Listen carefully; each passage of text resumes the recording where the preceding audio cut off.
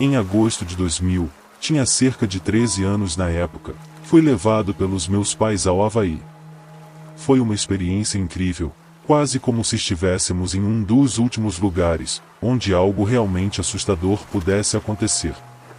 Entretanto, na penúltima noite, enquanto estávamos brincando com uma bola no oceano, acabei derrubando meu pai, e um garoto da minha idade estava por perto e percebeu. Convidamos o garoto, chamado Jack, para participar, e enquanto meus pais logo se cansaram e voltaram para a praia, eu continuei brincando com ele. Nesse momento, uma mulher que parecia ser a mãe de Jack começou a nos fotografar repetidamente, mas ao tentarmos iniciar uma conversa com ela, ela nos ignorou completamente. Descobrimos que Jack morava em Los Angeles e estava apenas de passagem pelo Havaí. Ele retornaria no dia seguinte. Estávamos na mesma conexão através do LAX, da aeroporto de Los Angeles, e felizmente não embarcaríamos no mesmo voo. Ao cair da noite, retornamos à praia, porém não encontramos a mãe de Jack em lugar algum. Ele confirmou que era ela, mas após procurarmos por toda a extensão da praia, decidimos voltar ao hotel.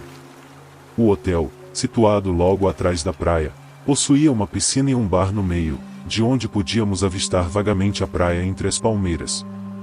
Ao chegarmos, percebemos que Jack não reconheceu o lugar como sendo onde ele estava hospedado. Ele foi até o seu quarto para verificar se sua mãe estava lá, mas ao encontrar um homem que subia as escadas, cumprimentou-o como se o conhecesse. Quando minha mãe perguntou se aquele homem era seu pai, Jack negou. Após seu pai ter fugido por 5 meses logo após o nascimento dele, batemos várias vezes na porta do hotel, mas mesmo ouvindo a televisão ligada, ninguém respondeu. Todos estávamos famintos, então decidimos ir até o lobby para usar o telefone. Ligamos para o quarto de Jack e deixamos uma mensagem informando que iríamos ao restaurante no térreo para comer. Lá, pedimos asas de frango e refrigerante, enquanto conversávamos sobre desenhos animados como Bob Esponja e Ed. Jack parecia uma criança comum, embora um pouco estranho. Enquanto estávamos no oceano e perdemos um dos nossos brinquedos infláveis, ele nadou longe, e meu pai teve que chamá-lo de volta para evitar que se perdesse ainda mais. Já se passaram pelo menos 3 horas desde que vimos qualquer sinal da mãe de Jack quando finalmente voltamos ao saguão. Ela estava lá, acompanhada por um dos assistentes, gritando que havia chamado a polícia. Meu pai também tentou entrar em contato com ele. A polícia chegou rapidamente e ouviu nossa história, enquanto a mãe de Jack continuava nos chamando repetidamente de lixo. Não me lembro de Jack ter dito muito durante toda essa confusão. Eventualmente, a situação se acalmou quando retornamos aos nossos quartos e colocamos uma mesa na frente da porta. Felizmente, não os encontramos pelo caminho de volta, então espero que Jack esteja lidando bem com tudo isso. Essa é uma história da minha infância que nunca contei a ninguém antes, então aqui vai. Cerca de 2006, minha família e eu havíamos acabado de nos mudar para Costa Rica e passávamos a maior parte do tempo na praia, em particular uma praia próxima a um adorável riacho. Eu gostava de nadar nele, e estava na mesma praia em que, aos 12 anos, encontrei um cadáver flutuando no oceano. Para contextualizar, pensávamos que aquela praia era um lugar relativamente seguro, então meus pais estavam um pouco distantes, o quanto poderíamos estar enganados sobre sua segurança. Lembro-me de ter visto algo flutuando na água um dia, mas não tinha certeza do que era. Decidi investigar e encontrei um homem morto, flutuando lá, com parte de sua perna comprometida. Estava claro que o homem não havia morrido por afogamento, era evidente que havia sido vítima de homicídio. Nessa época, havíamos ouvido falar de uma série recente de assassinatos que ocorreram tanto no lado caribenho quanto no lado do Pacífico da Costa Rica, com um padrão de 6 meses entre cada incidente, alternando entre as duas regiões do país. Havia uma suspeita de que este assassinato específico tinha sido cometido pela mesma pessoa, dado que se encaixava no mesmo padrão temporal dos outros casos. No entanto, os detalhes do assassinato nunca foram divulgados nos jornais locais. Sabíamos apenas que a vítima era um turista inglês, então era impossível para qualquer pessoa que o tivesse visto na praia conhecer os detalhes de sua morte. Eventualmente, as investigações terminaram e voltamos à mesma praia. Não consigo me recordar exatamente do intervalo de tempo, mas definitivamente foi dentro de alguns meses desde que encontrei o corpo. O próximo evento estranho ocorreu enquanto nadava no rio com minha mãe. Um homem estranho emergiu da água, nos surpreendendo. Ele segurava um arpão e usava uma máscara de snorkel. Começou a conversar com minha mãe, e ambos sentimos que algo estava errado com ele. Eu não estava realmente prestando atenção na maior parte da conversa, mas lembro-me dele mencionando o recente assassinato na praia. Ele parecia estar ciente de muitos detalhes sobre o caso, detalhes que não estavam disponíveis ao público.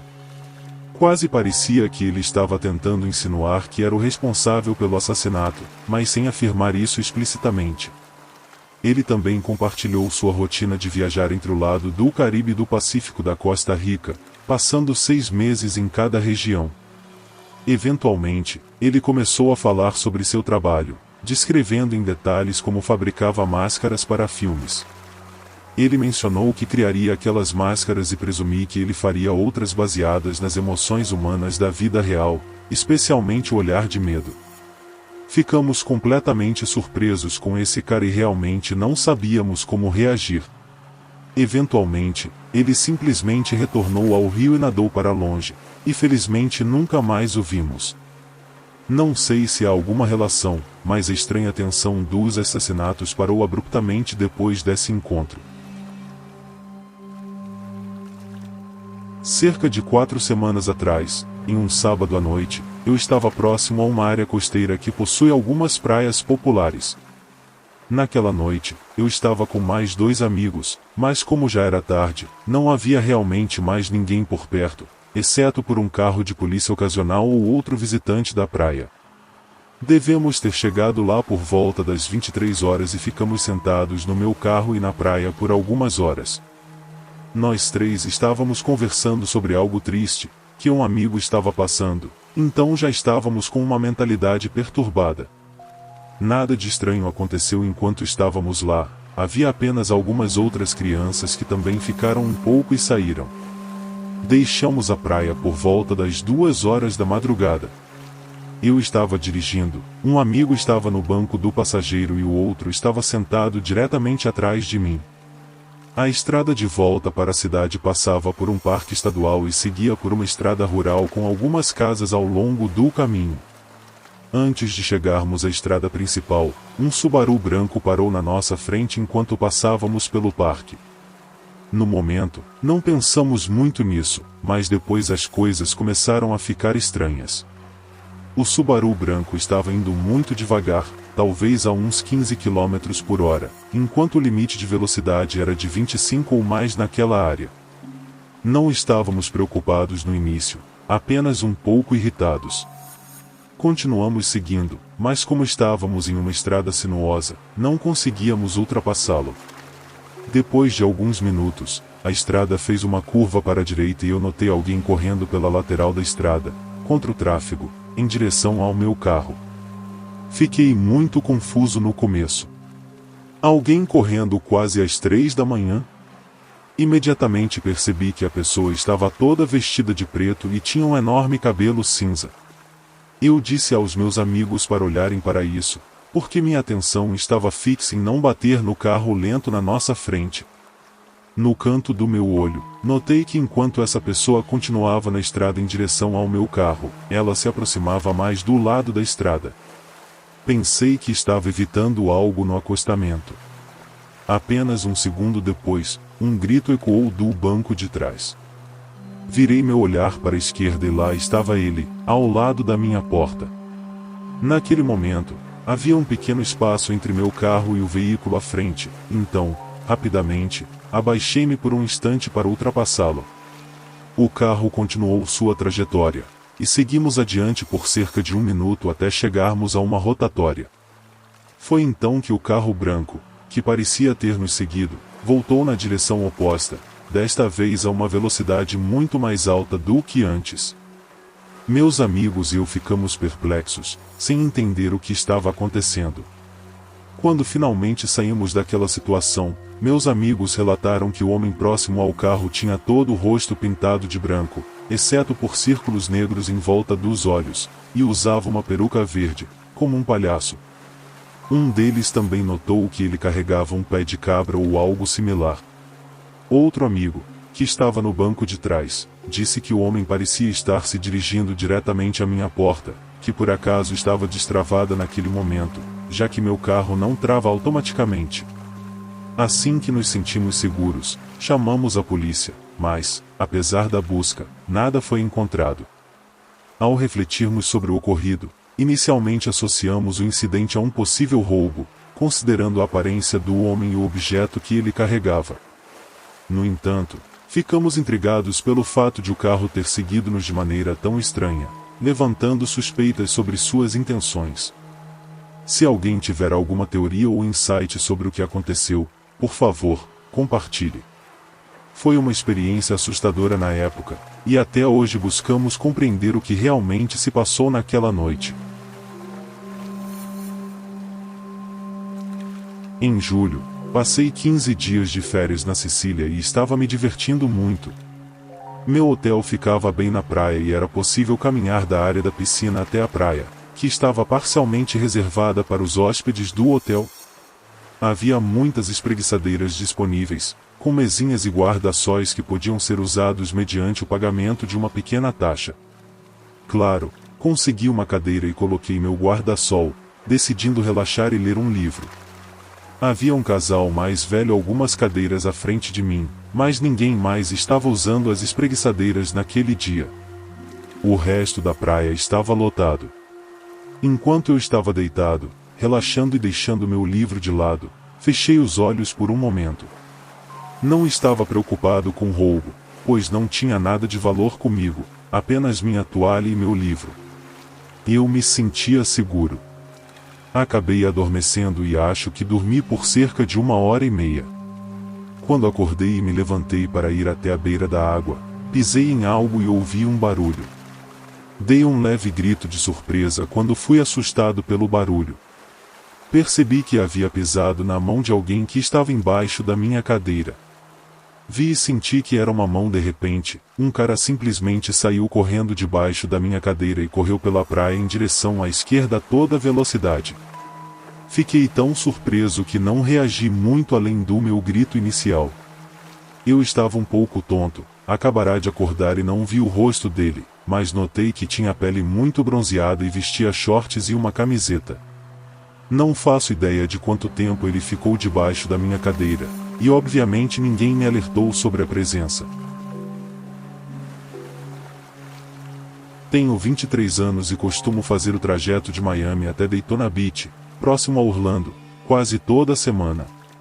Sempre me asseguro de abastecer antes de iniciar a viagem. Porém, em um dia infeliz, saí de Daytona por volta do meio-dia, retornando a Miami. Dirijo um Mustang preto de aniversário e estava acelerando pela I-95.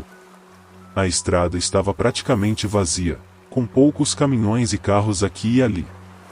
Enquanto isso, aproveitava a música e não prestava muita atenção ao meu tanque de combustível. Entre 23 horas e 31h45, o aviso de baixo combustível surgiu. Procurei pela saída mais próxima, que acabou sendo Palm Beach. Nunca havia estado lá antes e não tinha ideia do local. Peguei a saída e vi um posto de gasolina Circle K ali perto. Fiquei aliviada, pois ao menos não ficaria sem combustível no meio do nada. Ao chegar ao posto, notei que estava completamente vazio. Não havia carros dentro ou fora, exceto por um homem alto usando uma jaqueta de gola vermelha, que estava próximo à loja de conveniência. Ele não estava muito perto da bomba em que eu estava, mas isso me deixou um pouco inquieta. Tentei tranquilizar meus medos, dizendo a mim mesma que não havia motivo para preocupação, já que o homem parecia nem me notar. Então, ele olhou na minha direção e começou a correr em direção à porta do motorista, tentando abri-la. Eram cerca de 2 horas da manhã e não havia mais ninguém por perto.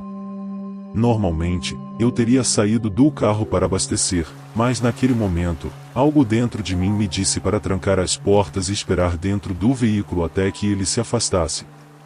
O medo se tornou realidade naquele instante, e eu me senti completamente desamparada.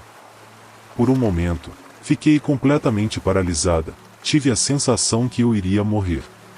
Ele tentava abrir a porta incessantemente, puxando a maçaneta várias vezes. Então, de repente, recuperei minha lucidez, dei partida no carro e acelerei. Ele só soltou a maçaneta quando o motor roncou e o carro começou a se mover. Sou imensamente grata por isso. Mesmo com o combustível quase acabando, o carro respondeu e consegui sair dirigindo. Não tinha nada à mão para me defender, exceto um simples garfo de plástico que havia recebido do Panda Express naquele dia. A experiência ainda persiste em minha mente, continuando a me assustar profundamente.